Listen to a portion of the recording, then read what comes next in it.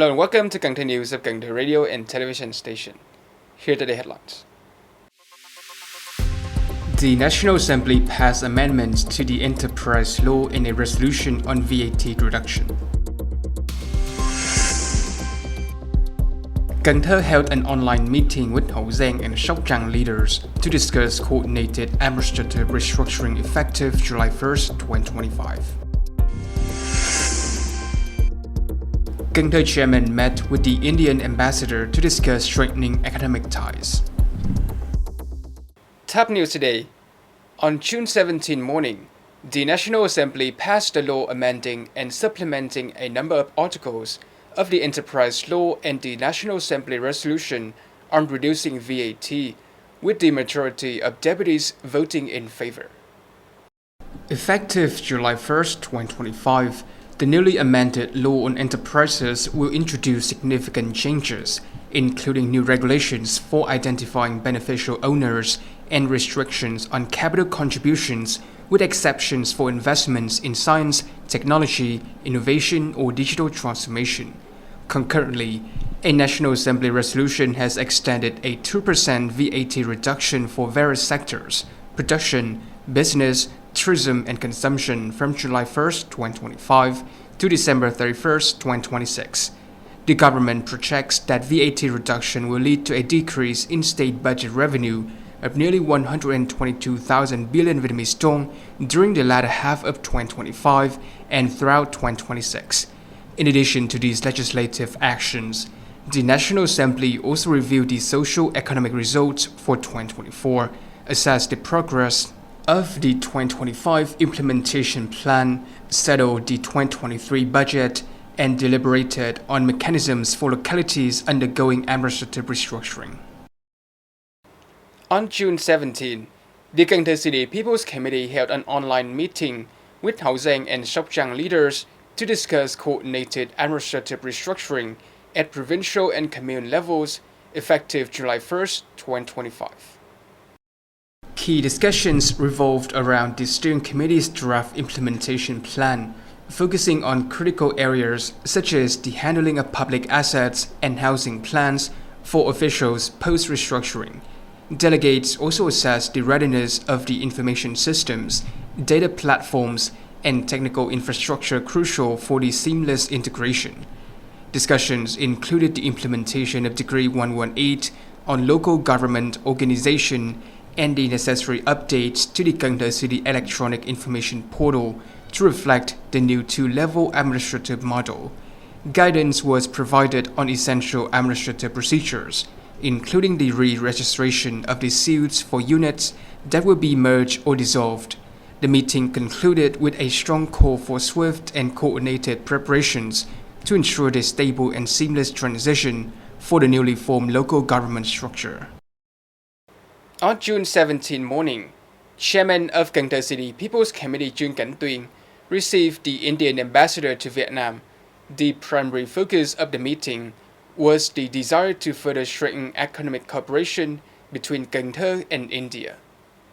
Chairman Trương Cảnh Tuyên met with Indian Ambassador Sandeep Arya, expressing a mutual desire to deepen coordination in digital technology, healthcare, and high-tech agriculture.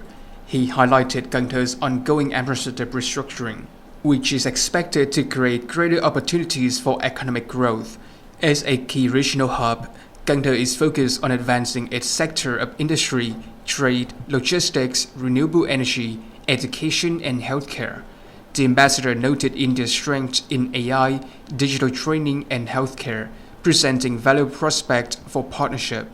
Both sides voiced hopes for more practical and effective collaborations. Cần Thơ will streamline administration under Decree 118/2025 from July 1st of 2025. Chairman Trương Cảnh Tuyên has issued Dispatch 2707 to implement a one-stop system via the City One-Stop Department and National Public Service Portal. The restructuring involves transitioning to a two-level government system and merging three provincial-level administrative units. Under the directive, all local authorities must maintain continuous processing of administrative records without delays. Pending cases require swift resolution. and civil servants are strictly forbidden from refusing to process submitted records. Any violations of these requirements will result in strict disciplinary action.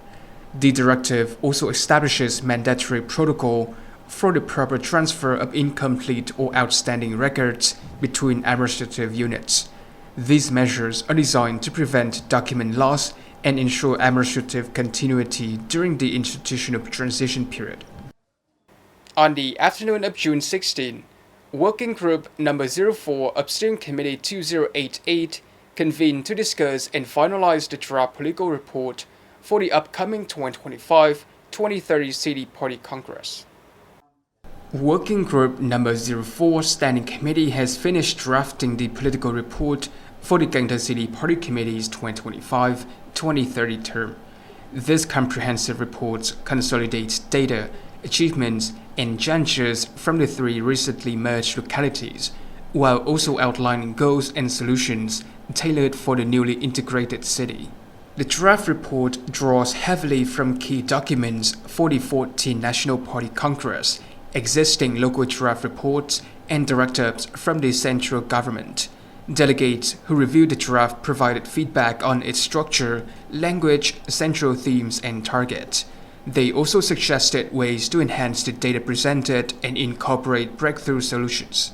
Mr. Nguyễn Ngọc Tâm, head of the Propaganda and Mass Mobilization Department, has urged the drafting team to refine the report further, integrate the feedback received, and ensure full alignment with central guidance before the draft is presented for broader consultation. The Cần Thơ City People's Committee has launched its 2025 plan for the National Action Month on Domestic Violence Prevention, theme Ending Violence, Fostering Love.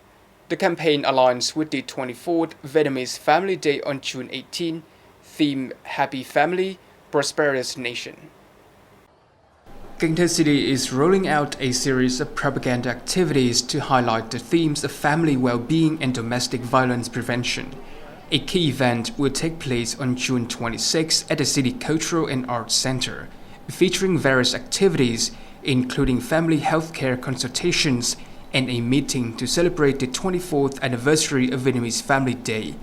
During this event, key city leaders will jointly commend and honor outstanding cultural families, as well as collectives and individuals who have made significant contributions to family work and gender equality initiatives across the city. Beginning July 1st, Vietnam Airlines will officially commence direct flights from Hanoi to Milan, Italy. This new route marks a significant milestone, as Vietnam Airlines will become the first and only Vietnamese airline to operate direct flights to Italy. Vietnam Airlines has launched direct flights from Hanoi to Milan, Italy's second-largest city and a global fashion capital. The new service utilizes Boeing 787 aircraft, operating 3 round trips weekly from Tuesday, Friday, and Saturdays. This addition brings Vietnam Airlines' total direct European routes to 10. The airline currently stands as the sole Vietnamese carrier providing direct flights from Hanoi and Ho Chi Minh City to key European hubs, including Paris, Frankfurt, London, and Moscow. Plans are also underway for a direct Ho Chi Minh City-Milan route post-2025. The new Hanoi-Milan connections is anticipated to significantly boost two-way tourism between Vietnam and Italy, particularly as both nations are actively discussing a visa exemption for Vietnamese delegations. Vietnamese bánh mì has earned international recognition, securing a spot on CNN's prestigious list of the world's 25 best sandwiches. Vietnamese bánh mì continues to garner international acclaim, cementing its status as a street food icon. CNN describes it as ubiquitous, having successfully transcended its origin in Vietnam to captivate diners worldwide. This isn't the first time bánh mì has received such high praise from global culinary experts. CNN previously recognized it among the 50 best street foods in the world. Earlier this year, the renowned culinary website Taste Atlas also ranked bánh mì in the top 3 of its 50 best sandwiches globally. Even in 2021, the French newspaper Le Monde lauded Vietnamese bánh mì, calling it a formidable rival to American burgers.